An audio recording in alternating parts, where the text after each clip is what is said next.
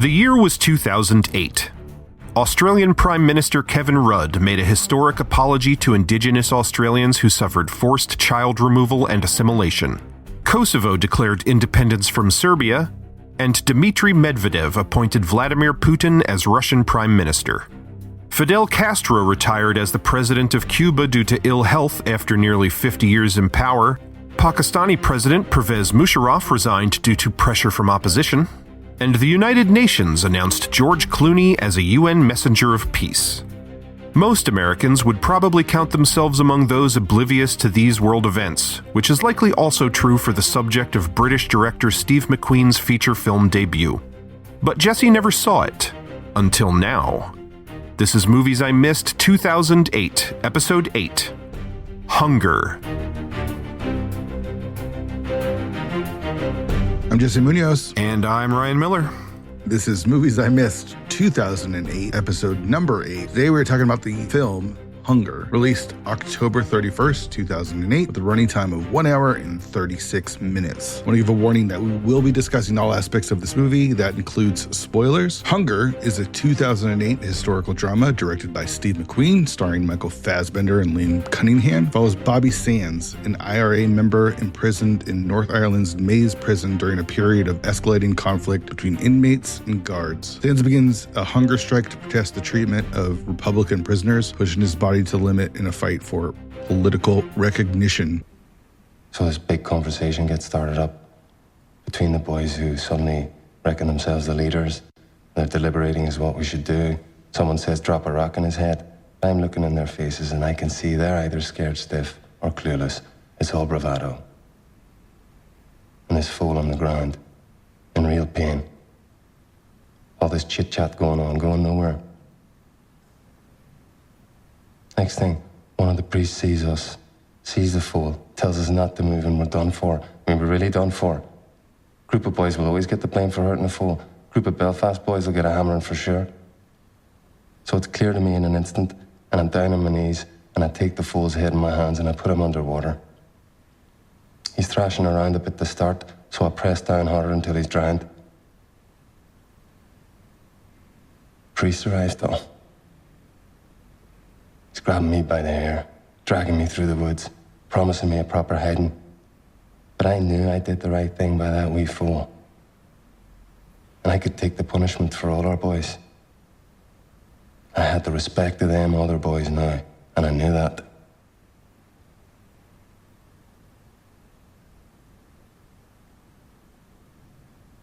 I'm clear of the reasons, Dom. I'm clear of all the repercussions. But I will act, and I will not stand by and do nothing.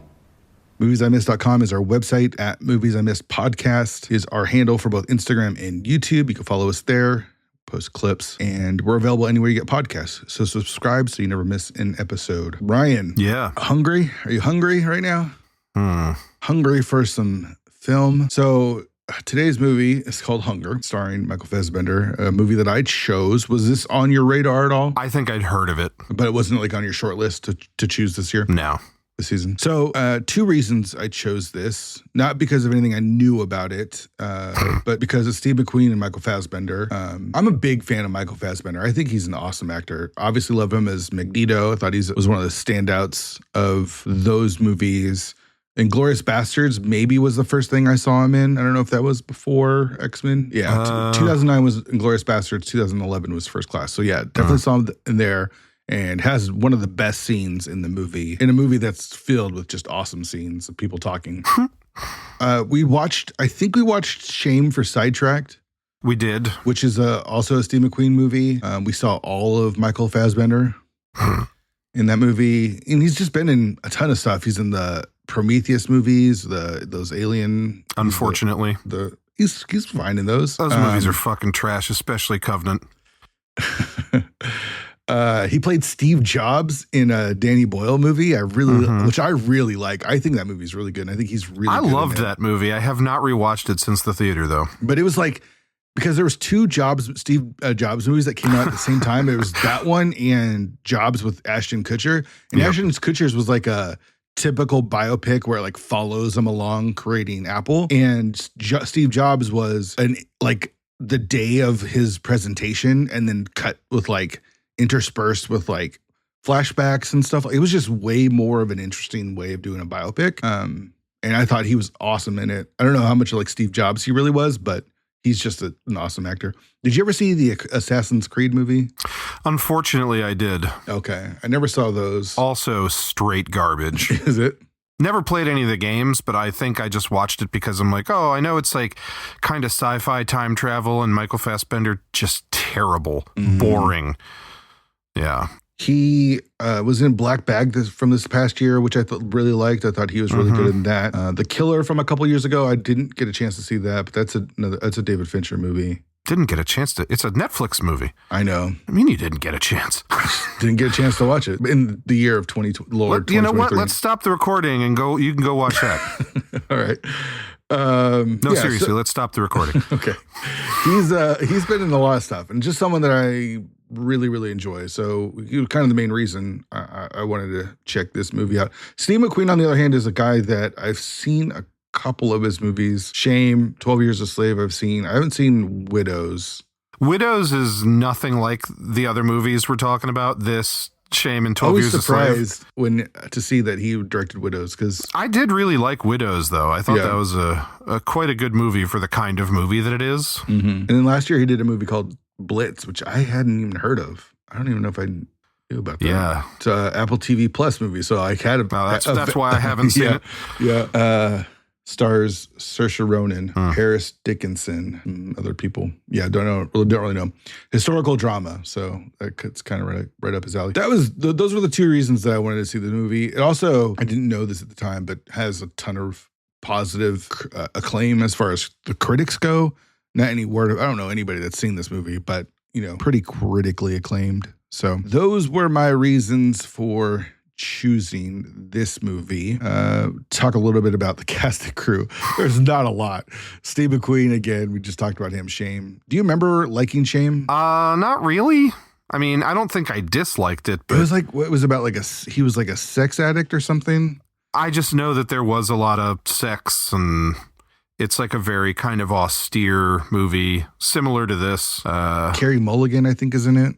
Yeah, I think so. But frankly, I don't remember much. Like, I remember a couple images more than anything. Was she a sister in that movie? I don't remember. Come on. You got to remember everything. You tell me, man. We watched it at the same time. I couldn't tell you. That's one of those movies where it's like people were talking about it at the time, so I was like interested in seeing it, but I feel like no one talks about it anymore, and thus I have forgotten all about it. Yeah, so it was his sister. And I remember there being like some weird stuff going on in between. I don't think there was like incest, but just because he was like a sex addict, there was some weird stuff going on. It was a strange movie. Fassbender stars in this movie, though he doesn't show up until I was going to say 45 minutes in, 30 minutes in or something. I was a ways into the movie, and I remember thinking to myself, I thought Michael Fassbender was in this. Yeah. So the opening of the movie, you follow a police officer into this prison, and then it's pretty much silent. You have no real context for any of this stuff that's going on. I mean, that's the thing. Like, if you can't tell from the way we're like tiptoeing around it and like some of the little comments we've made, I think both of us are in a position where we're like, I didn't really love this. I don't have a whole lot to say about it. I'll also say, like, okay, so I watch a ton of movies. So I've seen plenty of movies involving the IRA and where IRA members are good guys or bad guys or whatever, fucking Patriot Games with Harrison Ford, and I think The Devil's Own is another movie that deals a lot with the IRA, and so the IRA, I don't really know what their deal is.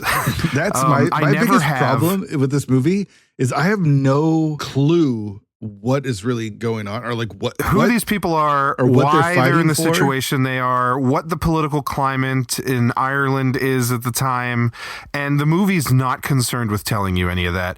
It just drops you in the middle of it, expects you to just follow along and I guess maybe know what's going on. And I'm not saying that the movie needed to start with like white text on a black screen explaining who the IRA are or whatever. And like, again, I've seen tons of movies with them and never knew what their deal was and just never bothered to do any research myself. So maybe part of it's on me, but like this movie, it's very just like cold, quiet. It doesn't play like a normal movie with like a standard plot.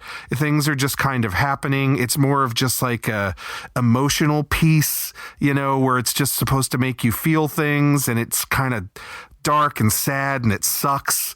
And I don't know, it's just like, it's not the kind of movie where you watch it and come away saying like, oh, I really enjoyed that. Like maybe it was meaningful for you in some way, but frankly, the movie's not super long, but it just dragged for me. And should it have been short? Should it just have been a short film? I don't know. I just, you know, and if you're saying it's critically acclaimed, I don't know. I haven't looked at the reviews that we'll talk about in a bit, but it's like, there's no part of me that's trying to say this is a bad movie. This is just, I don't know, not my kind of movie. Like this story, I bet, could have been told in a much more admittedly generic, but for lack of a better word, enjoyable or entertaining way. And this, you know, maybe like how dark and serious it is and how it's not like cutting away from the violence and all. Like the intention is that that's supposed to make it stick with an audience. But I feel like the exact opposite is going to happen to me. And already I don't remember a lot of the finer details of this movie. And we just watched it recently. So like, that's where I'm at. I'm just throwing that out there, put it on Front Street. We'll continue to talk about the movie, but that's where I am. Well, the summary that I gave, I didn't get from watching the movie, right? Like none of that information I got was from watching the movie. It's from reading about it in Wikipedia and IMDb, right? Like I couldn't tell you what the IRA is. I couldn't tell you if they're the good or the bad guys. Obviously they want a political voice. Okay, so the movie is super artistic, right? It's done in a very artistic way and very not Hollywood. And that's fine. I'm okay with, I don't even need to be entertained. I don't need to be even educated. I like the idea of like having a movie that explores the human expression and emotion. Having said that, I need something to hold on to, right? I need at least a little bit of information. Like the prisoners are not being treated well. That's good. Yeah, that's but they're also one way like of putting it. They're also the ones like rubbing their feces all over the wall, right? Like, yeah, well, that's like I glommed onto that eventually. That was the no wash protest, where it's like, again, like when you do like a hunger strike, the only person you're really hurting is yourself. Yeah.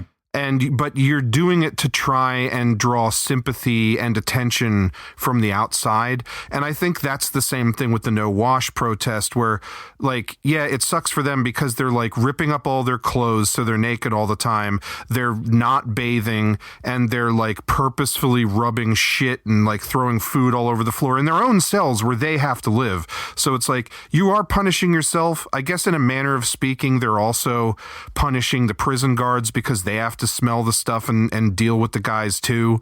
But it's like it's a form of protest where the person doing the protest is like the prime person suffering from it. Yeah. And so it's hard for me to even understand, like there's no one telling you that this is going on, right? You're just watching it. There's no discussions of like, we're going to do this protest until about 45 minutes into the movie when we get the one scene that has any sort of dialogue between Michael Fassbender and Liam Cunningham. Which when that scene happened, it's like I was lifted out of a fog. Yeah. Because it's like there's a dialogue scene where people are discussing the themes of the movie and they're telling stories and they're debating something. And I was suddenly like locked in. It's like I just woke up and was like, whoa, okay, something's happening. And then when that scene ends, it just goes like right back to what it was before, only now it's just a guy slowly dying in a hospital room from not eating. Mm-hmm. Yeah, that scene is great. I guess we talk about the other person in the cast, Liam Cunningham. You recognized him, right? Yeah, I definitely recognized him. I had to look it up to realize that he was, what's Sir his Davos. name from Game of Thrones? Yeah, Sir Davos shows up as a priest and has a riveting conversation for 17 minutes with Michael Fassbender. And a lot of that was like especially the beginning of it was like one really long take. I want to say like 12 or 14 minutes of it is just the camera is there and there are two of them having a conversation. It feels like a play or something. Yeah. At some point, I was really just like, oh my God, is this ever going to cut? And when it finally did, I was like, whoo. Yeah. It like cuts to a close-up of his cigarette, and I was like, whoa, It finally changed. They're awesome in it, though. It's like it is like legit a great scene. It's an awesome scene. The conversation and the dialogue is great, and it's completely uninterrupted, right? There's no cuts, there's no fake cuts. It's literally them doing a stage play. And it's like the one moment in the movie where we're like, oh, okay, it took 45 minutes to get here, but now shit's happening. Or at least not even things are happening. I can understand a little bit of what's going on, a little bit. Just imagine if the movie opened with that scene. Yeah. Cold open on that scene. Like 17 minutes or whatever of this dialogue and this conversation, and then the rest of the movie plays out exactly like it did. Like you just pluck that out of the middle of the film, put it in the front, and then everything else happens the same way. Like cut right to the guard going into work and all that. It would have made so much more sense. I mean, I'm not saying that it would have made the rest of the movie better or more, again, quote unquote, enjoyable or something. Yeah, exactly. Right? Yeah. That was my biggest thing is like, I don't know the context. Like, I don't know that they're doing the clean, what did you call it? What kind of strike was it? The no wash strike. No wash strike. Like, I thought they were being kept in a prison that was covered in shit. You know what I mean? Like, I thought, oh man, these guys really do have it bad. And then you kind of put things together an hour into the movie what's going on. So it's hard for me to even know who to like root for is not the right word, but to like understand the plight of, right? Yeah. Because we live in an age where just because you have authority doesn't mean you're in the right, right? Especially nowadays. Goes without saying. Right.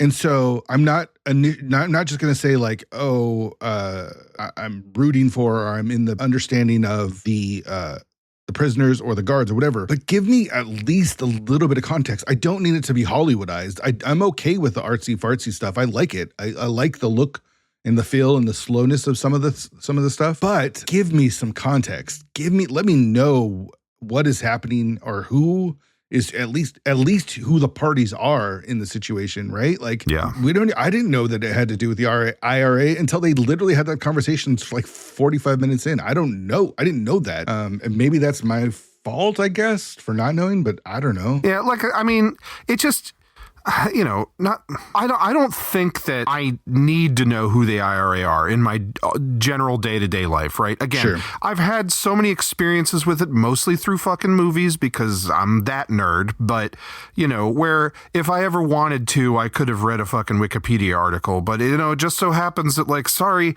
I got really obsessed with, like, Jeffrey Dahmer and, those guys at some point and just read like a ton about serial killers on Wikipedia instead of reading about the IRA. I'm sorry, I just found that more interesting. So I go into this movie and it's like, it really does just feel like there's a barrier for entry. There is. That's the perfect way to put it. There's a barrier of entry that's just missing. And I want to make this clear. I don't need it to be like, I don't want you to hold my hand specifically in a very Hollywood way of like, here's white text or here's a bunch of people having conversations that are trying to explain what's going on. I need something though. And what you're saying is like putting that scene first would have really, really helped. At least give me some sort of context for what is happening or what is going on or who is what. And you know what I mean? Like, I don't know. So much of the movie, it really is just like visuals, like even large, I think. So again, Michael Fassbender doesn't really pop up into the movie until like halfway through. And then from there forward, it's like all about him and he goes on his hunger strike. But like prior to that, you get a little bit with that prison guard. But the quote unquote main character in the first half, I would say is Davy Gillen is the character's name. He's the new inmate who we like follow into the prison right at the beginning. Yeah, Liam and he's McMahon. Are you familiar with him at all? He was in Snatch. No.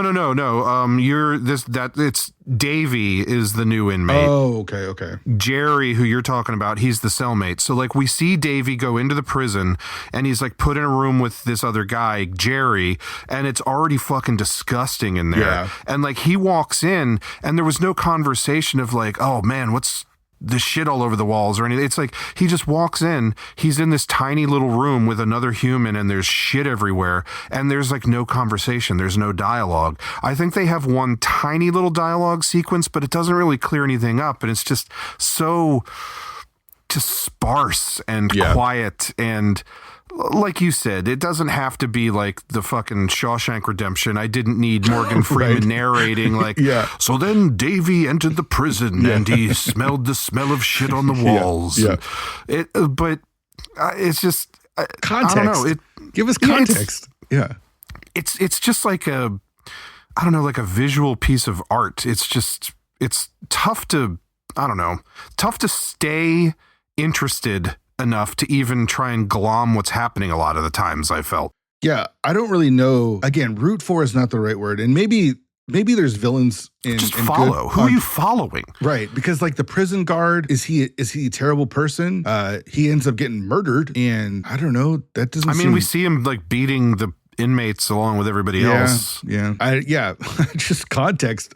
What do the IRA want? I don't know. Like, being a dumb American, I don't know the political ongoings of Northern Ireland. I just, sorry, I don't. And maybe they didn't expect us to, because the movie was never released in America, by the way. So it's just like I feel, we're doing a podcast where we review movies, and this is just a case where I feel oddly ill-equipped to be reviewing this. Like, I can talk about the visuals and whatever. It's not like I have a lot of amazing things to say about it. I mean, it's kind of impactful, but again, without any real context, it's like bad visual equal bad thing happening, but like it's not a whole lot deeper than that to me. Like, it obviously, whether or not we know what the IRA are up to that ends it up with them in prison, like, it sucks to see these people suffering this way, but like, maybe if I had more context for why they were there, I would care more about them. Or I don't know. We don't, like you mentioned, we don't need Shawshank Redemption style of narrating, but people do talk, right? Like, you're allowed to talk in an independent movie. You're allowed to have dialogue that can feel natural and real and not expository. It's challenging and maybe can be difficult to do to where it doesn't feel like it's exposition, but give us something, man. Just give us something. Like, let the visuals drive the movie. And for the most part, do a decent job of that. Like, you feel the pain, you can almost smell the shit on the walls. You know what I mean? Like, it's nasty, it's brutal, but why? Yeah. You know what I mean? Why? Like, I'm just asking for like the smallest of crumbs is all. I'm not asking for like you said, the Shawshank Redemption. Just crumbs. Give me some crumbs to go off of. But yeah, that's why I say, the way that he made this was obviously a choice. And I think that the point is supposed to be just like the pure emotion that one feels watching these things happen and seeing these visuals. And in the end of the movie, just like watching the slow deterioration of this person's physique and thinking like, asking yourself the question in the silence of the film of like, man, could I do this? Like, is there anything that, that I could stand for hard and fast enough that I could make a sacrifice like this? And I think that that's the intention of the movie. Yeah. And, for the right person on the right day, like if I was in a different mood when I watched this, maybe even I could have found myself in that place, but I don't know, sitting down to watch this with very little prior knowledge of what I was getting myself into, like basically just knowing what you said, Steve McQueen, Michael Fassbender, and Jesse picked this for the show, so I got to watch it. Yeah, I don't know. I just like went in cold, remained cold, and left cold. Yeah. And I feel like this is just not a movie that that's going to stick with me, not a movie that I'm going to look back on super fondly. And I don't know, as a piece of art, it feels kind of bad to say that, but I don't know. It's the experience that I had with it, and I can't deny that. The one piece that we haven't talked about is Michael Fassbender and his body transformation. Mm-hmm. So there's this movie, and I think, what was The Machinist or something that Christian Bale was in? Yeah. Or the two where you think of like actors going to extremes. Because I mean, even in The Fighter, Christian Bale kind of did it again. Yeah. But the extreme that Michael Fassbender went in this movie is insane. So, like, I wasn't even sure because I didn't read anything about this, but, like, that was really him? And that was really him. Yeah, that's fucking nuts. So I'm just going to give you the notes that I've got for it already. In preparation for his role, Michael Fassbender went on a special diet of less than 900 calories a day for 10 weeks. After meeting with a nutritionist, he settled on a diet of berries, nuts, and sardines and underwent periodic medical checks. In an interview with The Telegraph, Fassbender said he had skipped, did yoga, and walked 4.5 miles a day, but also added that he had difficulty sleeping and stopped seeing friends. He also said the experience made him feel grateful and strong. Like, you almost have to be psychotic to be able to be able to lose that much weight and survive. Like, obviously they made him look worse with makeup and things like that. But this movie didn't cost a lot of money. It's a very independent movie. Relied on him. Well, they didn't have to pay for meals for That's right. Michael Fassbender. That's right. Craft services is pretty light. It's just crazy how thin he was. And this was 2008. And, we're talking about some of the movies that he was in, not very long after this, like going from like this in 2008 to like X-Men First Class in 2010, or even Jonah Hex the following year and Glorious Bastards the next year. It's pretty crazy. He was in 300. I forgot about that the year before. Oh, yeah. But those abs were probably CG. Yeah. I mean, those guys did do a lot of that work, but I'm just joking. I think there was a little bit of enhancement in that movie. But yeah, it's just crazy to be able to lose that much weight and still function. It's pretty nuts. Yeah. As far as box office goes, this was never released in America. The budget was an estimated 1.5 million pounds. That's just an estimate. I couldn't find an actual number. And it made about 3.1 million. It was released in one theater on December 5th, grossing $1.9 thousand. Was in very limited showing between 1 to 10 theaters from March until June of 2009, where it grossed $154,000. It debuted in 68 theaters on October 31st in the UK and grossed $219,000. Stayed in very limited showing until March, grossing $1.2 million in the entire UK. So never released in the States. Understandably, nobody would have gone and seen this. I'm sorry. But easier to watch now than Nick and Nora's Infinite Playlist. That is true. It was easier to get. So this one has 530,000 fans on Letterboxd. No, that's the K is wrong. Yeah, I was going to say let me fix that. I was like, there's no way there's that many sick people on Letterboxd. It has 503 fans on Letterboxd. That means there's 503 sickos that have this in their top 4 on Letterboxd. It has a 4.0 rating with 79,000 ratings. So if people watch it on Letterboxd, it tends to get a pretty high rating. Yeah, I mean, this is one of those movies where, like, I'm inclined to say most people aren't watching it like us, or at least like me. Again, I really knew nothing about this, and it's like I only really watched it because you picked it. I mean, like you said, you had your reasons, but this is one of those movies where I feel like if someone hears about this and is interested enough to sit down and watch it, they're probably going to be inclined towards enjoying it more than more than John Q. Public. Yeah. So I can understand how it has a good rating for the number of people who've seen it, Right. That includes critics, 90% on Rotten Tomatoes. Michael Phillips of the Chicago Tribune said, "It's the strength of this carefully composed, almost obsessively controlled picture that has no interest in the conventional biographical focus on a subject." 3 out of 4 stars. AKA the hosts of Movies I Missed won't understand what the fuck is going on. Yeah. Gary Goldstein of the Los Angeles Times said, "The unflinching camera, deliberate pacing, and maddeningly long takes, including a 10-minute single-shot conversation that, while hypnotic, belongs on stage, just amplify the story's innate harshness and test audience endurance levels." Yes. I don't know if that's a positive or a negative, but that's the review. Roger Ebert, Chicago Sun-Times, says, "Hunger is not about the rights or wrongs of the British in Northern Ireland, but about inhumane prison conditions, the steeled determination of IRA members like Bobby Sands, and a rock in a hard place." 3.5 out of 4 stars. Sure. I mean, I guess he's right. Yeah. Rian Harmonici of the San Francisco Chronicle said, "It's horrific, but Hunger displays uncommon intelligence and visual panache, transcending the goal of making the situation seem real. It feels more than real. It's art." 4 out of 4 stars. That you are welcome to that opinion.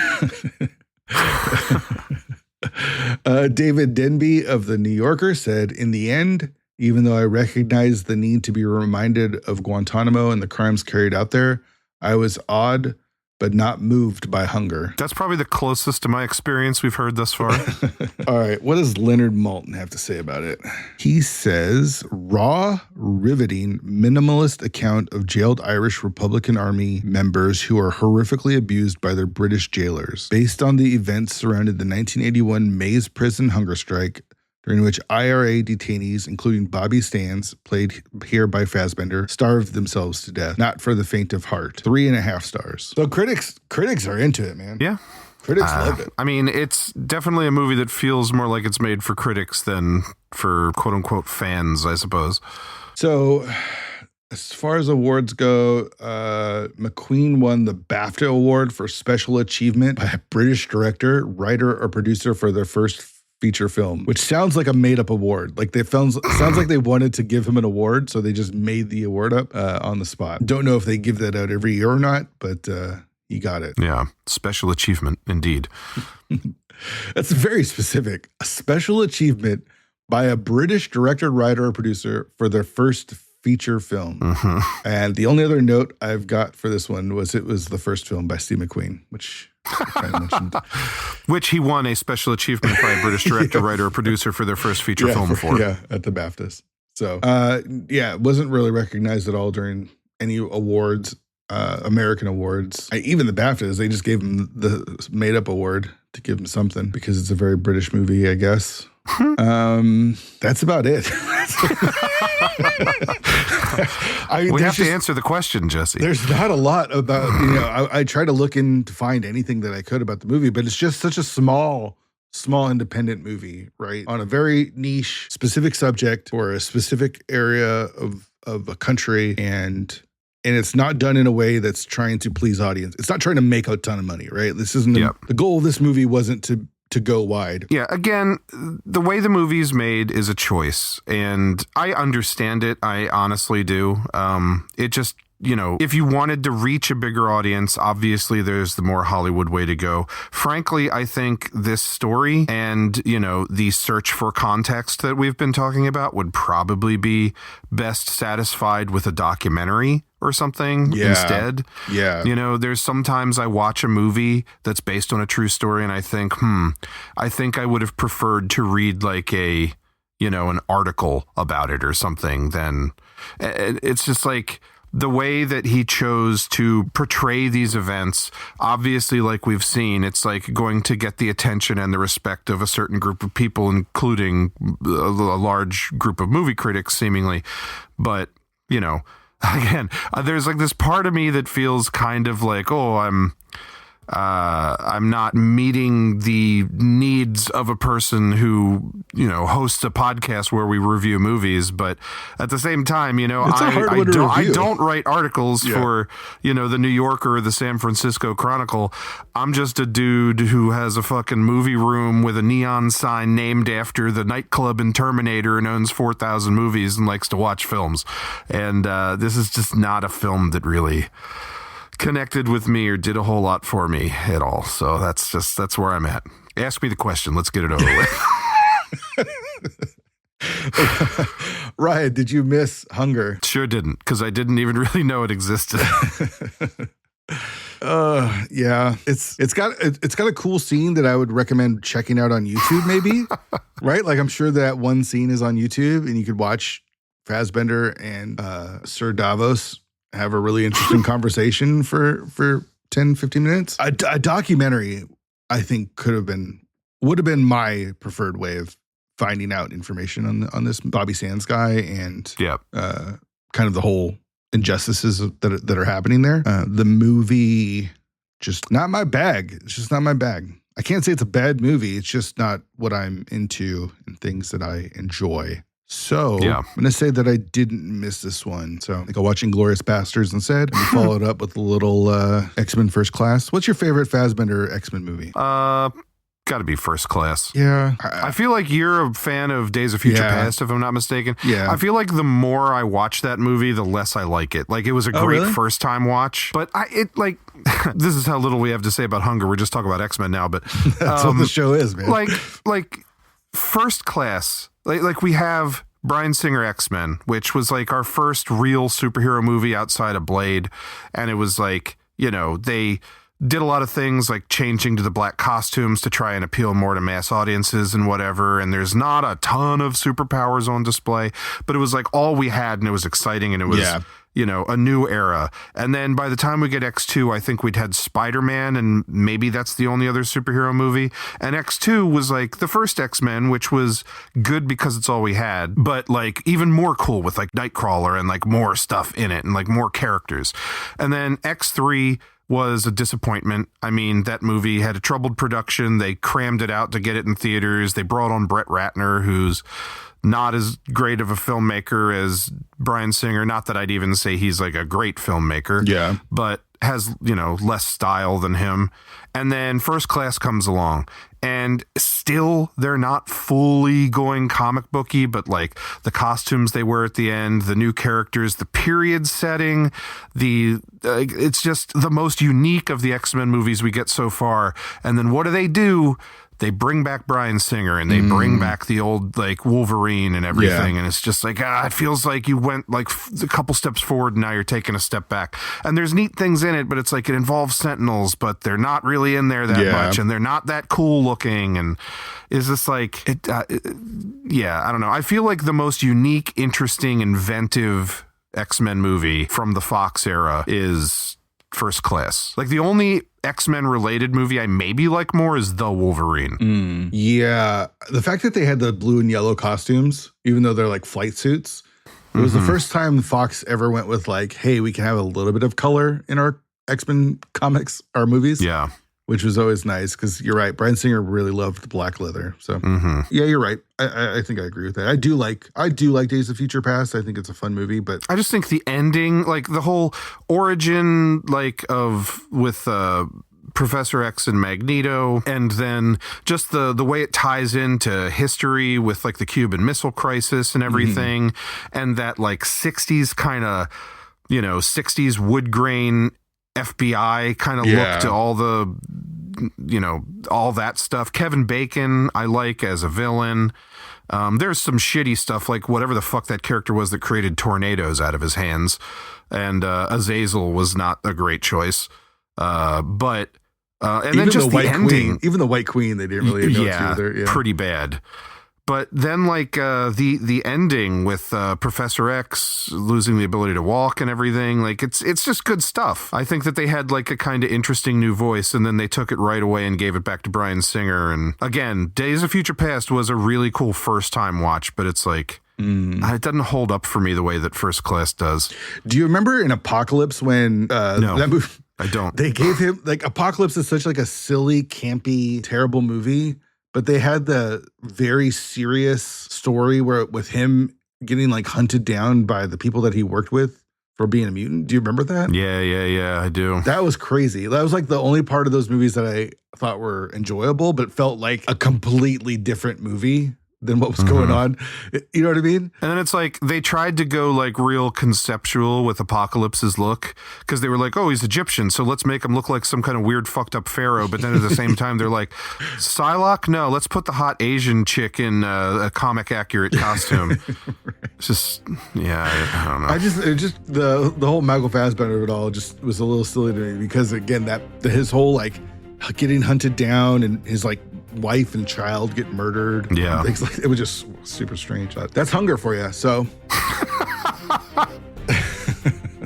all right. Yep. Let's see what we're coming back for with next week. We're winding the season down. Got 2 more episodes to go. Come back next week for a movie called I'd never heard of, Son of Rambo. Son of Rambo. Oh, really? I know it's spelled a little funny, but it's Son of Rambo. Okay, whatever you say. Come back next week for Son of Rambo. Until then, Jesse Munoz. Ryan Miller. Hunger. It is what it is.